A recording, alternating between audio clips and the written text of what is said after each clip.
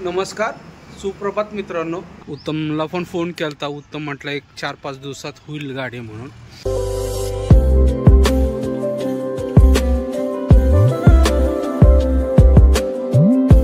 नमस्कार, सुप्रभात मित्रांनो। आजच्या नवीन ब्लॉगमध्ये तुम्हा सर्वांचं स्वागत। सकाळचे 9 वाजलेत मित्रांनो। उठलोय, फ्रेश वगैरे झालो, आंघोळ वगैरे सगळं झालं।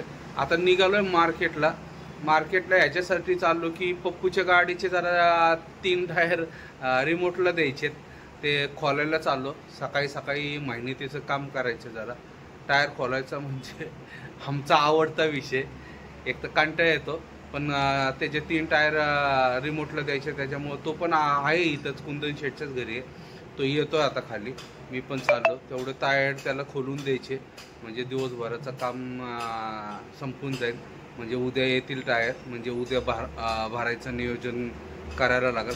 त्याची गाडी भरली तर बहुतेक त्याच्याबरोबरच मी आणि कुंदन शेठ बेळगावला जाईल, कारण की आपल्या गाडीचं पण काम होत आलं आहे। आता एक साधारण 1 आठवड्याच्या आत गाडी आपली भेटेल आपल्याला।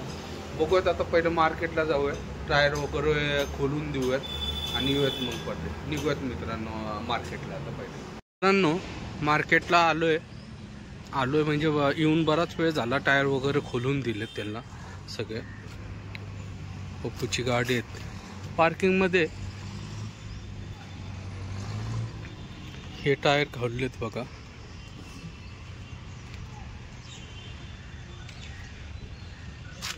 इकडचे 2 टायर खोललेत आणि जॅकवरच ठेवलेत। दोन्ही टायर पाठवून दिलेत रिमोट करायला।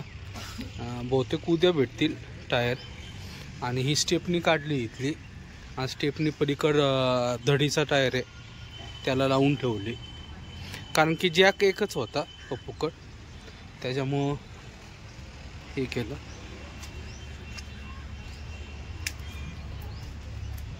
हा टायर एक बदलला, स्टेपनीचा टायर इथं लावलाय आणि तो टायर पाठवला। 3 टायर आहेत, उद्या येतील बहुतेक टायर, उद्या संध्याकाळी येतील। परवा भरायचं नियोजन करू।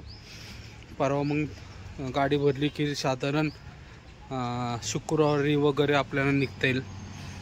उत्तमला पण फोन केलता। उत्तम म्हटलं एक 4-5 दिवसात होईल गाडी म्हणून, कारण की इथची सुट्टी असल्यामुळे ते कामगार आले नव्हते 4-5 दिवस। तो म्हटलं एक 4-5 दिवसात होईल गाडी। 2-3 दिवस कामगारांनी सुट्टी घेतली होती, सोमवारपासून काम चालू झालं त्यांचं। बघूयात आता। कुंदन शेठ ला आणायला गेलाय पप्पू। जरा याचा GPS चा प्रॉब्लेम आहे पप्पूच्या गाडीचा, चालत नाही GPS। तर माणसं येणार आहे कंपनीतून, ते आल्यानंतर निघूयात, मग ते काम करून घ्यायचं ते पण। मित्रांनो संध्याकाळचे 5:30 वाजलेत। घरी आलो मी, मार्केटलाच होतो दिवसभर। पप्पूच्या गाडीचं सगळं काम करत होतं, त्याचं GPS पण बंद पडला होता।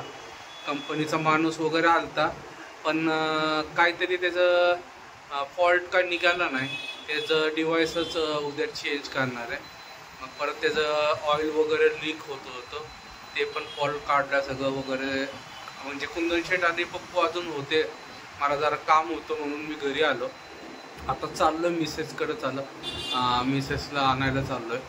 परत मार्केटला जायचं, जरा सामान वगैरे भरायचं आहे, त्याच्यामुळे निघालोय। आता घरी आलतो, आता जेवण केलंय 5 वाजता।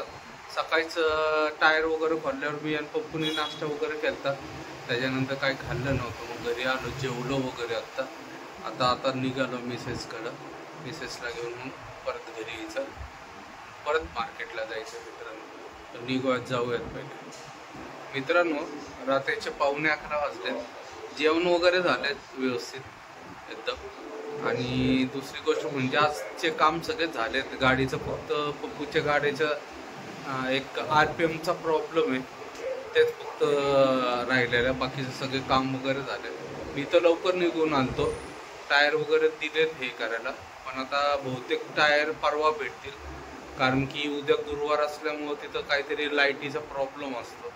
ते शिवापूरला गेलेत टायर रिमोटसाठी, त्याच्यामुळे परवा भेटेल। परवाची ऑर्डर शक्यतो तरी घेतील कुंदन शेठ असं वाटतं, कारण की परवा जर ऑर्डर घेतली तर कमीत कमीत आम्ही रविवारी नाही तर सोमवारी तरी इथं जाऊ बेळगावला असा अंदाज आहे. कारण की बेळगावला जायला लागेल, कारण की केबिन कलर करायला घेतील तर आपण तिथंच पाहिजे. त्यामुळं काय सांगता नाहीत आता का गाडी भरायच्याच अगोदर आम्हाला निघायला लागतं वगैरे काय नक्की नाही सांगतात. आता कुंदन शेठची उद्या बोलणं झाल्यानंतर कळेल नक्की काय करायचं आणि काय नाही. कारण की गाडी होते फास्टमध्ये आता. मागची बॉडीचं चालू आहे आता कलर. आता केबिन माझ्या मते 1-2-3 दिवसात तरी चालू व्हायला पाहिजे. ईद आलती मध्ये, त्याच्यामुळं जरा टाईम लागला. त्या लोकांनी ईदची सुट्टी घेतली होती 3-1 दिवस, त्याच्यामुळे ते 3 दिवस वाया गेले. नाही तर आत्तापर्यंत कॅबिनचा कलरवर आली असती गाडी, झालं असतं. आम्ही गेलो पण असतो, गाडी जरा लवकर भेटली होती. त्यांचा सण असल्यामुळं त्यांनी जरा सुट्टी घेतल्यामुळं आपल्याला प्रॉब्लेम झाला. सकाळी उत्तमशी बोलणं झालं. आता बघू काय होतं काय नाही मित्रांनो.